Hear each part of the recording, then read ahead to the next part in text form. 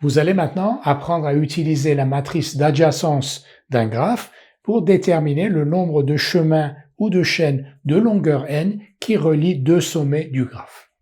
Soit j'ai un graphe d'ordre m, donc un graphe qui a m sommets. Ces sommets, on va les numéroter de 1 à m.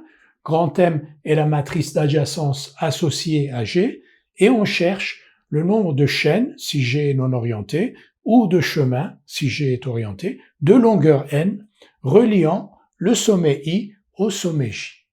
Et ce que nous dit ce résultat, c'est que si on élève la matrice d'adjacence à la puissance n, donc on a une matrice Mn, l'élément qu'il y a sur la i-ème ligne et la j-ème colonne de cette matrice Mn est justement le nombre de chaînes ou de chemins de longueur n qui relient le sommet I au sommet J.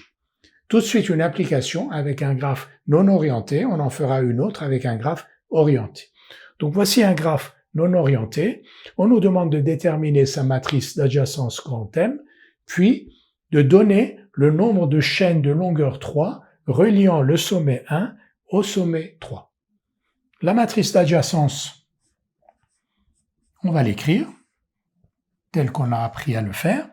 Donc le sommet 1, de 1 vers 1, 0, parce qu'il n'y a pas de boucle, de 1 vers 2, une arête, de 1 vers 3, pas d'arête, de 1 vers 4, une arête, de 2 vers 1, une arête. Vous vous souvenez que comme on a un graphe qui n'est pas orienté, la matrice est symétrique par rapport à sa diagonale principale, on va quand même faire les calculs pour vérifier qu'on ne s'est pas trompé et qu'à la fin on obtient bien une matrice symétrique. De 2 vers 2, 0, il n'y a pas de boucle. De 2 vers 3, une arête. De 2 vers 4, une arête. De 3 vers 1, 0. De 3 vers 2, une arête. De 3 vers 3, une boucle. De 3 vers 4, une arête.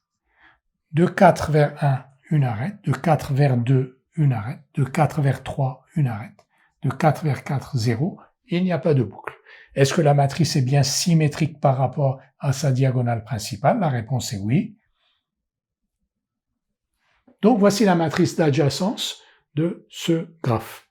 On nous demande maintenant de déterminer le nombre de chaînes de longueur 3 reliant 1 à 3. Chaîne de longueur 3, on va donc élever cette matrice, à la puissance 3. M au cube. Alors, on ne va pas le faire manuellement, vous allez utiliser votre calculette pour calculer M au cube. Vous avez donc calculé M3, c'est-à-dire M fois M fois M, et obtenu la matrice suivante.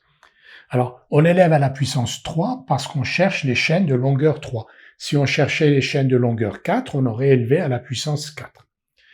Et on cherche donc les chaînes de longueur 3 reliant le sommet 1 au sommet 3, c'est-à-dire donc on va lire ce nombre sur la ligne 1 et la colonne 3 de cette matrice. Il y a donc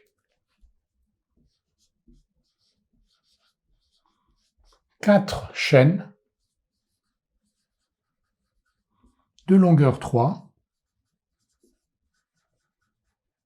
reliant le sommet 1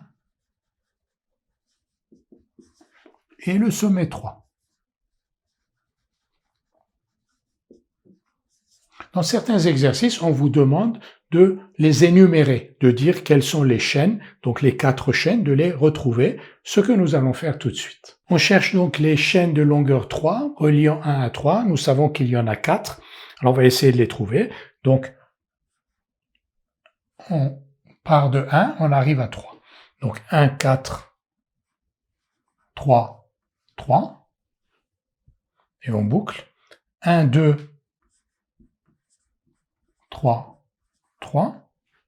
On boucle. 1, 2, 4.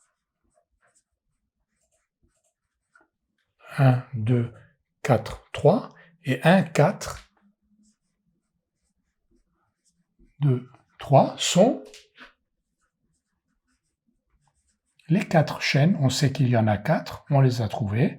Sont les 4 chaînes de longueur 3 qui relient